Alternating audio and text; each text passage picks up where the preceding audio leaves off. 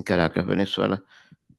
Um, Basically, I want to mention that Julio Borges, that is part of the opposition, basically, he, together with Maria Corina Machado, who is now recipient of the Nobel Peace Prize, they make a list of places that could be or should be bombed by United States, and that's one of the places that they have said to the State Department that should be bombed because those people support Maduro and they are very close to the presidential office.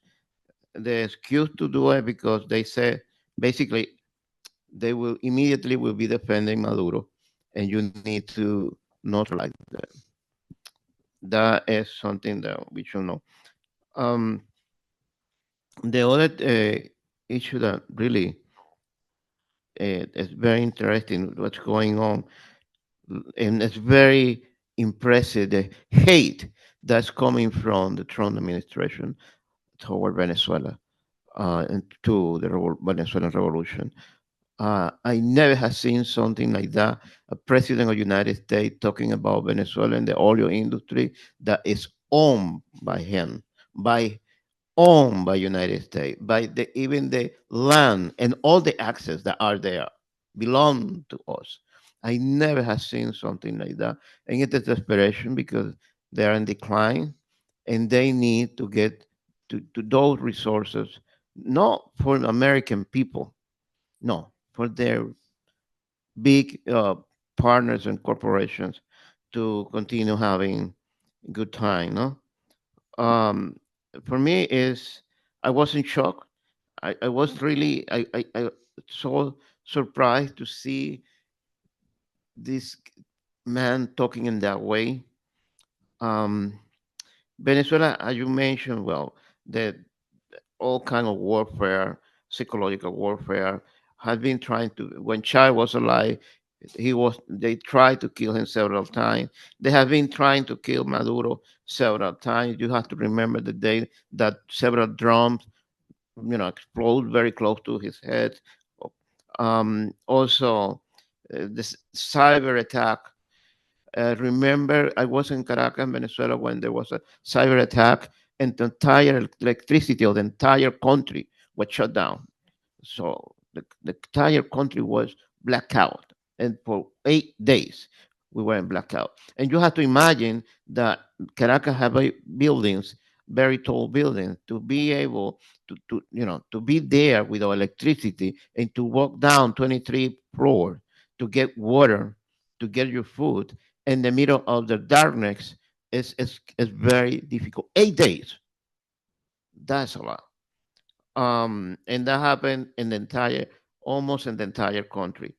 Um, the computer, the industry or oil industry basically were hijacked, have been hijacked several times.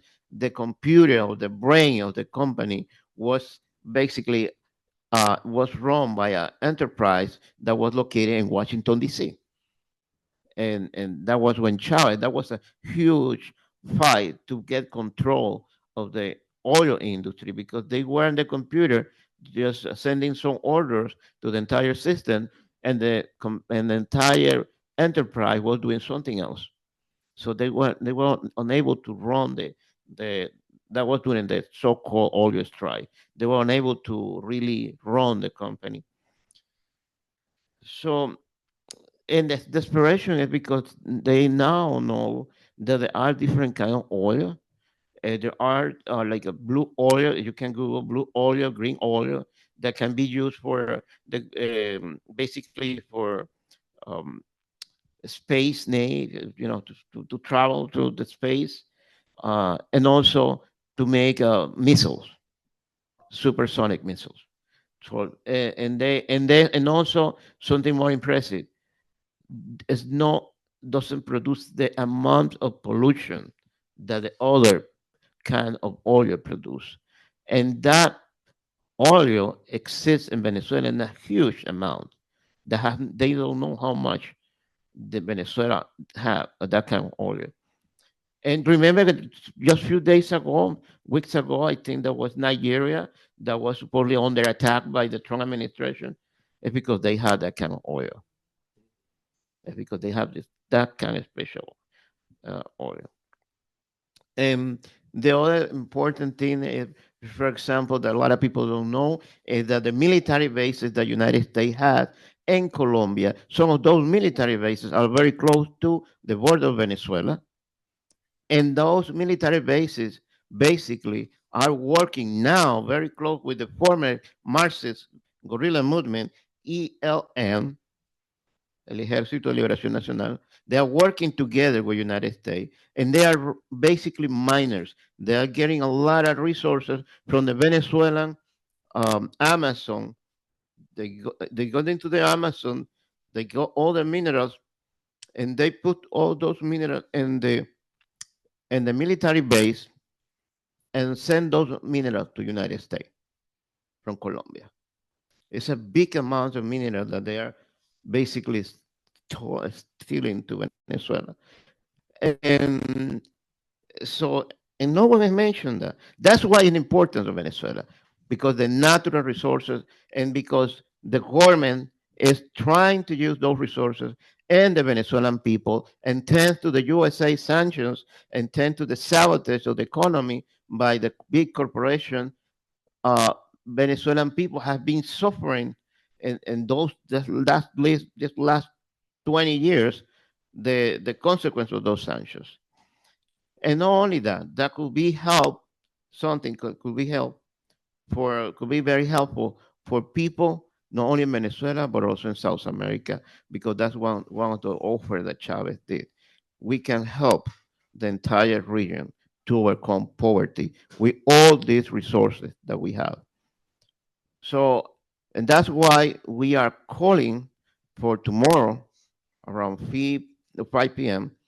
to really join us. I will be there. I would love to see you there, guys, to support the Venezuelan people, to show them that we are in solidarity, and to show that we are not going to tolerate any USA intervention, especially right now in Venezuela, because they basically went to vacation. Their Congress went to vacation. Why they went to vacation? Because they wanted to pass the health care for the American people. So they expire already. Forget about, you know, the healthcare, Obamacare. But they also don't want to make all those Epstein files release them. They don't want that. And also, this will provide a window of time for them anytime to attack Venezuela.